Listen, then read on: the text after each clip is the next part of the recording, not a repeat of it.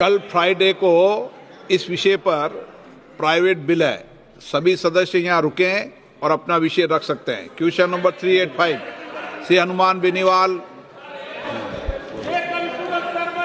Sir question number 385, question number 385। अध्यक्ष जी, माननीय अध्यक्ष जी, उत्तर सभा के पटल पर रखा गया।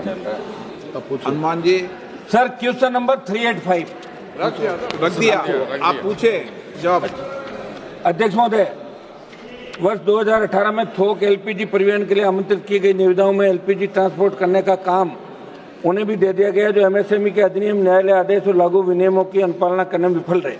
न्यायालय के स्थगन आदेश की आड़ में प्रभावशाली और अपात्र ट्रांसपोर्ट ऑयल मार्केटिंग कंपनियों और मंत्रालय बिना पढ़े पूछा करो क्वेश्चन। मैं सवाल ही पूछ रहा हूँ।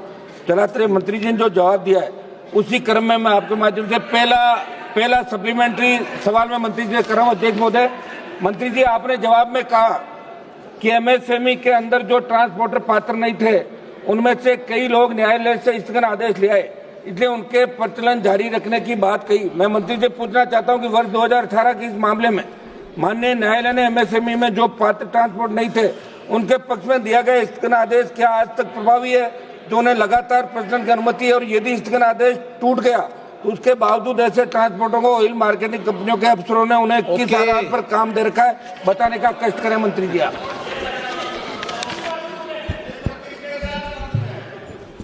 माननीय अध्यक्ष जी, 2018 आज से 7 वर्ष पहले ओएमसीज, ऑयल मार्केटिंग कंपनीज, जो प्राइवेट सेक्टर में भी होती हैं और पब्लिक सेक्टर में भी होती हैं, उन्होंने कोई टेंडर इशू किया था, उसके बारे में प्रश्न है।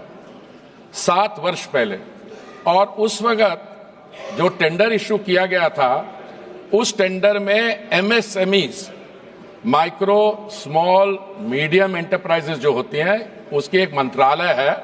उस मंत्रालय ने 2012 में एक नोटिफिकेशन इशू की गई थी कि सरकार में जो भी प्रोक्योरमेंट होती है गुड्स और सर्विसेज की, उसमें 20% रिजर्वेशन होनी चाहिए छोटी कंपनियों के लिए। उसकी परिभाषा ये है एमएसएमई जिनका 2 करोड़ का व्यापार हो। अब 5 करोड़ हो गया। उस समय 2 करोड़ था, और मैं उसके आगे बताता हूं। माननीय अध्यक्ष जी, प्रश्न ये पूछा जा रहा है कि एमएसएमई के अलावा भी कुछ कंपनियों को अवार्ड किया गया, पर एमएसएमई की तो रिजर्वेशन सिर्फ 20% थी। तो ये कहीं नहीं कहा गया एमएसएमई मंत्रालय की गाइडलाइंस में कि 100% होनी चाहिए। पर उस समय जो सवाल उठी थी, ऑनरेबल मेंबर पढ़ रहे थे तो मैंने सुना नहीं कि उन्होंने ये बात कही। सवाल ये उठता है कि उस समय जब कुछ लोगों ने इस पे चिंता व्यक्त की, उन्होंने ये कहा कि ये एमएसएमईज जो हैं उनको आउट ऑफ टर्न मिल गया है या उनको नहीं मिलना चाहिए था। और ऐसा है कि उससे पहले माननीय अध्यक्ष जी, ये जो ट्रकिंग व्यापार है इसमें 25,000 ट्रक चला करते थे। जब 2018 का टेंडर फ्लोट हुआ तो उस समय 23,000 ट्रक थे।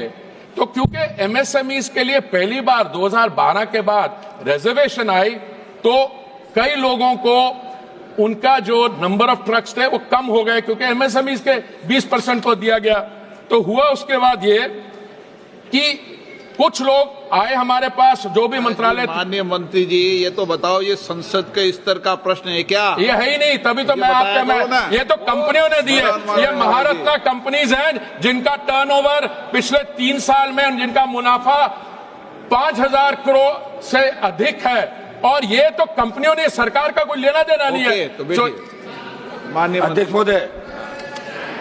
महोदय, ये मेरा सवाल पहले भी 4 नंबर पर आया था, उस दिन चला नहीं हाउस। अध्यक्ष महोदय, मैं दूसरा सप्लीमेंट्री मंत्री जी से पूछ रहा हूँ, आपकी बात ढंग से सुन लेना आप, है ना। 2018 की निविदा को मंत्री जी ने वर्ष 2023 में 2 वर्षों के लिए बढ़ाने जुड़े सवाल के क्रम में जवाब दिया। वो ठीक तरीके से नहीं, गुमराह करने वाला, क्योंकि यदि सभी ट्रांसपोर्टरों ने वास्तव में विस्तार के लिए सहमति दी थी तो कुछ ट्रांसपोर्टरों ने मद्रास उच्च न्यायालय में विस्तार को चुन देने वाली रिट याचिका क्यों दायर की? ये स्पष्ट असंगतता ओएमसी द्वारा की गई धोखाधड़ी को छिपाने के भयावह प्रयास को उजागर करती है। मेरा सवाल है कि 2018 की एलपीजी बल्क परिवहन की टेंडर प्रक्रिया, उसके बाद दिए गए कार्य आदेश तथा एमएसएमई में जो ऑपरेटर पात्र नहीं थे उन्हें भी काम देना और फिर टेंडर विस्तार करने से जुड़े मामले में लगातार हो रहे भारी करप्शन, नियम विरुद्ध किए जा रहे विस्तार और इस जुड़े पूरे मामले की जांच सीबीआई या किसी केंद्रीय एजेंसी से करा के, एक सेकंड सर, ऑयल मार्केटिंग कंपनियों के दोषी अफसरों के खिलाफ एक माननीय सदस्य, आप पूरा का पूरा पढ़ा नहीं जाता यहाँ पे। आवश्यक हो तो कागज लिया जाए। और माननीय सदस्य, आप एडवाइजर मत बनिए, चलिए बैठिए। माननीय मंत्री जी। माननीय अध्यक्ष जी, जो 2018 में कंपनियों ने टेंडर फ्लोट किया, सरकार ने नहीं किया, जो कंपनियों ने टेंडर फ्लोट किया वो 5 वर्ष के लिए था और वो टेंडर में ये भी लिखा गया था कि अगर कंपनी को, और आप सरकार ने कोई फ्लोट किया था क्या? नहीं, हमने कभी फ्लोट नहीं किया। और ये जो बात कर रहे हैं उनको ये भी बता दें, अगर मंजूरी हो कंपनी को, टेंडर को, दोनों ने सहमति के साथ एक्सटेंड किया, उसके बीच में 2018 और 23 के बीच में 2 साल महामारी का सामना करना पड़ा, कोई आर्थिक व्यवस्था नहीं हुई। इसमें कई कारण है। तो मैं समझता हूं कि माननीय ऑनरेबल मेंबर, सारे मेंबर का हक बनता है कोई भी सवाल पूछे, पर जो भी इसमें इंटरेस्ट रखते हैं, जोधपुर हाई कोर्ट का अभी भी स्टे है इसमें, मद्रास हाई कोर्ट ने इसकी जांच की है और उन्होंने कहा इसमें कोई मैलाफाइड नहीं है। ये सारी जो डॉक्यूमेंट्स है मैं माननीय ऑनरेबल मेंबर को भिजवा दूंगा। और मुझे यही समझ नहीं आ रहा कि ये कॉन्ट्रैक्ट 7 साल पहले का इतनी। क्वेश्चन नंबर, कल फ्राइडे को इस विषय पर प्राइवेट बिल है, सभी सदस्य यहाँ रुकें और अपना विषय रख सकते हैं। Question number 385 Shri Hanuman Beniwal. Sir, question number 385, question number 385। अध्यक्ष जी, माननीय अध्यक्ष जी, उत्तर सभा के पटल पर रखा गया। Hanuman ji. Sir, question number 385 रख दिया, आप पूछे जवाब। अध्यक्ष महोदय, वर्ष 2018 में थोक एलपीजी परिवहन के लिए आमंत्रित की गई निविदाओं में एलपीजी ट्रांसपोर्ट करने का काम उन्हें भी दे दिया गया जो एमएसएमई के अधिनियम, न्यायालय आदेश और लागू विनियमों की अनुपालना करने में विफल रहे। न्यायालय के स्थगन आदेश की आड़ में प्रभावशाली और अपात्र ट्रांसपोर्ट ऑयल मार्केटिंग कंपनियों और मंत्रालय अपना पूछा करो क्वेश्चन। मैं सवाल ही पूछ रहा हूँ।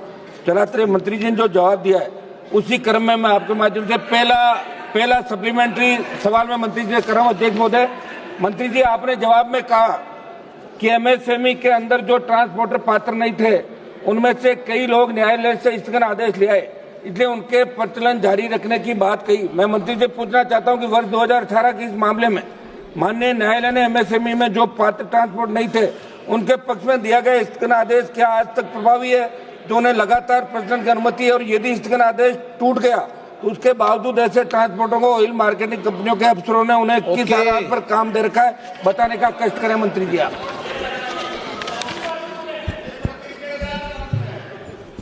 माननीय अध्यक्ष जी, 2018 आज से 7 वर्ष पहले ओएमसीज, ऑयल मार्केटिंग कंपनीज, जो प्राइवेट सेक्टर में भी होती हैं और पब्लिक सेक्टर में भी होती हैं, उन्होंने कोई टेंडर इशू किया था, उसके बारे में प्रश्न है। 7 वर्ष पहले, और उस वक्त जो टेंडर इशू किया गया था उस टेंडर में MSMEs, micro small medium enterprises जो होती हैं, उसकी एक मंत्रालय है। उस मंत्रालय ने 2012 में एक नोटिफिकेशन इशू की गई थी कि सरकार में जो भी प्रोक्योरमेंट होती है गुड्स और सर्विसेज की, उसमें 20% रिजर्वेशन होनी चाहिए छोटी कंपनियों के लिए। उसकी परिभाषा ये है एमएसएमई जिनका 2 करोड़ का व्यापार हो। अब 5 करोड़ हो गया।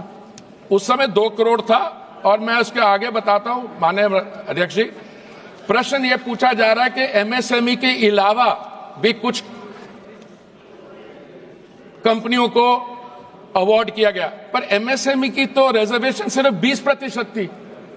तो ये कहीं नहीं कहा गया एमएसएमई मंत्रालय की गाइडलाइंस में कि 100% होनी चाहिए। पर उस समय जो सवाल उठी थी, ऑनरेबल मेंबर पढ़ रहे थे तो मैंने सुना नहीं कि उन्होंने ये बात कही। सवाल ये उठता है कि उस समय जब कुछ लोगों ने इस पे चिंता व्यक्त की, उन्होंने ये कहा कि ये एमएसएमईज जो हैं उनको आउट ऑफ टर्न मिल गया है या उनको नहीं मिलना चाहिए था। और ऐसा है कि उससे पहले माननीय अध्यक्ष जी, ये जो ट्रकिंग व्यापार है इसमें 25,000 ट्रक चला करते थे। जब 2018 का टेंडर फ्लोट हुआ तो उस समय 23,000 ट्रक थे। तो क्योंकि एमएसएमईज के लिए पहली बार 2012 के बाद रिजर्वेशन आई तो कई लोगों को उनका जो नंबर ऑफ ट्रक्स थे वो कम हो गए, क्योंकि एमएसएमईज के 20% को दिया गया।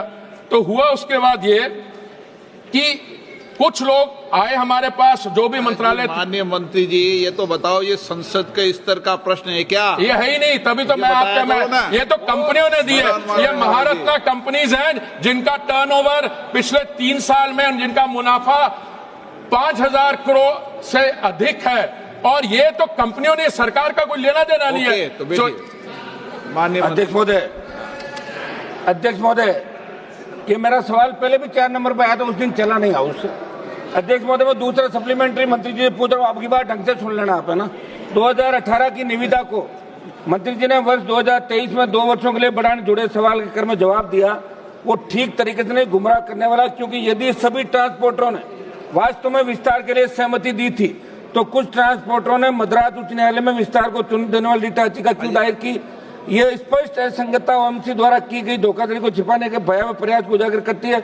मेरा सवाल है कि 2018 की एलपीजी बल्क परिवहन की टेंडर प्रक्रिया, उसके बाद दिए गए कार्य आदेश तथा एमएसएमई में जो ऑपरेटर पात्र नहीं थे उन्हें भी काम देना और फिर टेंडर विस्तार करने से जुड़े मामले में लगातार हो रहे भारी करप्शन, नियम विरुद्ध किए जा रहे विस्तार और इस जुड़े पूरे मामले की जांच सीबीआई या किसी केंद्रीय एजेंसी से करा के, एक सेकंड सर, ऑयल मार्केटिंग कंपनियों के दोषी अफसरों के खिलाफ एक माननीय सदस्य, आप पूरा का पूरा पढ़ा नहीं जाता यहाँ पे। आवश्यक हो तो कागज दिया जाए। और माननीय सदस्य, आप एडवाइजर मत बनिए, चलिए बैठिए। माननीय मंत्री जी। माननीय अध्यक्ष जी, जो 2018 में कंपनियों ने टेंडर फ्लोट किया, सरकार ने नहीं किया, जो कंपनियों ने टेंडर फ्लोट किया वो 5 वर्ष के लिए था। और वो टेंडर में ये भी लिखा गया था कि अगर कंपनी को, और आप सरकार ने कोई फ्लोट किया था क्या? हमने कभी फ्लोट नहीं किया। और ये जो बात कर रहे हैं उनको ये भी बता दें, अगर मंजूरी हो कंपनी को, टेंडर को, दोनों ने सहमति के साथ एक्सटेंड किया, उसके बीच में 2018 और 23 के बीच में 2 साल महामारी का सामना करना पड़ा, कोई आर्थिक व्यवस्था नहीं हुई। इसमें कई कारण है। तो मैं समझता हूं कि माननीय ऑनरेबल मेंबर, सारे मेंबर का हक बनता है कोई भी सवाल पूछे, पर जो भी इसमें इंटरेस्ट रखते हैं, जोधपुर हाई कोर्ट का अभी भी स्टे है इसमें। मद्रास हाई कोर्ट ने इसकी जांच की है और उन्होंने कहा इसमें कोई मैलाफाइड नहीं है। ये सारी जो डॉक्यूमेंट्स है मैं माननीय ऑनरेबल मेंबर को भिजवा दूंगा। और मुझे यही समझ नहीं आ रहा कि ये कॉन्ट्रैक्ट 7 साल पहले का इतनी क्वेश्चन नंबर